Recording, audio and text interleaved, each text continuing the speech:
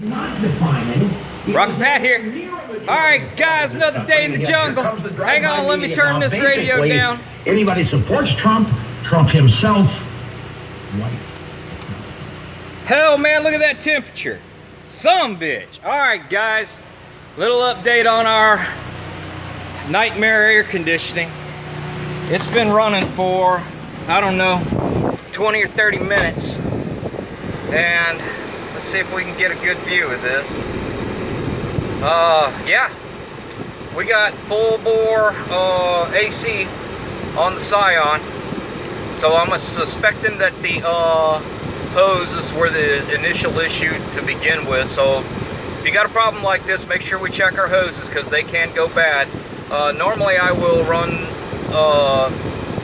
temperature test on a car, not on high, but the car's been inside all night. Normally I'll run it on medium low. That slows the air going down across your evaporator core and allows you to get it cold enough. I find that cars with expansion valves, I can get somewhere between 40 and 42 degrees vent temperature on this thermometer. Cars with a orifice tube, I can get down to closer to 32 to 35 degrees, even colder. Alright, so let's go take a look at our pressures. Even though this is really not what this video is about, but we've been running for a little while, and the fan's pulling really hard, and our pressures are finally in the safe zone. I'm liking where everything is there. So yeah, alright, got AC on this piece of crap. So let's talk about what we're really here to talk about, and that is that my 8N is driving me nuts. I appreciate all the comments on this subject, and I did take some of them at heart. First thing I did was Greg's Garage, your idea on the phosphoric acid. I pulled out the jug of phosphoric acid, and I took a sample of our material that we had from what I dumped out on the tailgate of the F-250, and I put some in a mixing cup, and I added some acid to it, and what it did was it turned it into this hard, gooey mess. So I said that's probably not a good idea if it's just going to goo it up. I'm not going to be able to get it out. It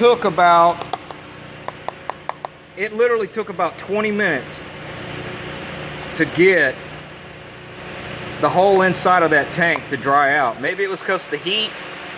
I dumped what little bit of gasoline was in there, and we can all tell that that's not rust. It may look a rusty color, but that's not rust. Rust holds on to moisture, and that's a dry powder. I don't know what exactly it is, but I don't think it's rust. It may have some iron in it.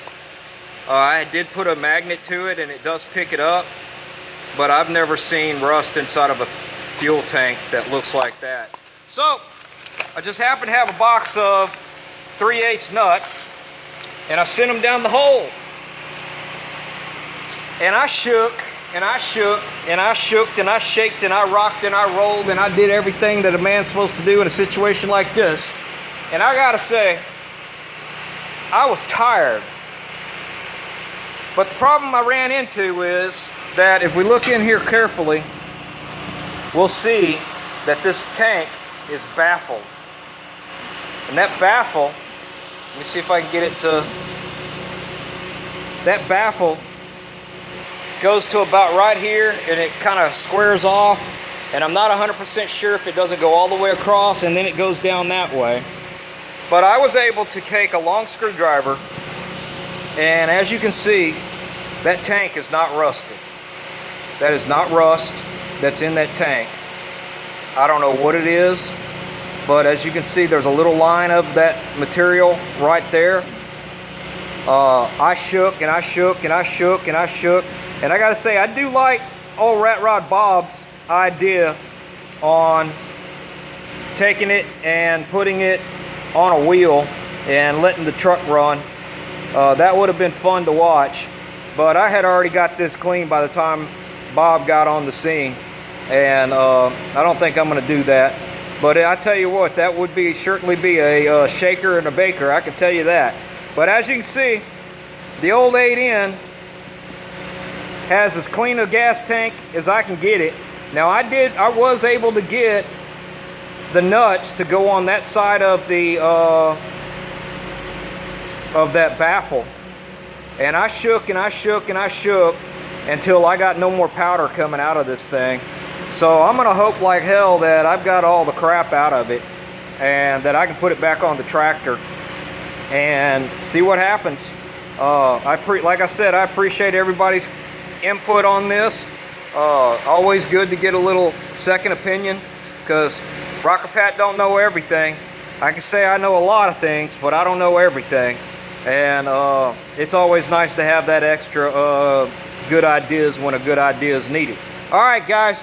Well, anyway, there you go. The 8N is no longer driving me nuts, because I got the nuts to get it in there and get her done.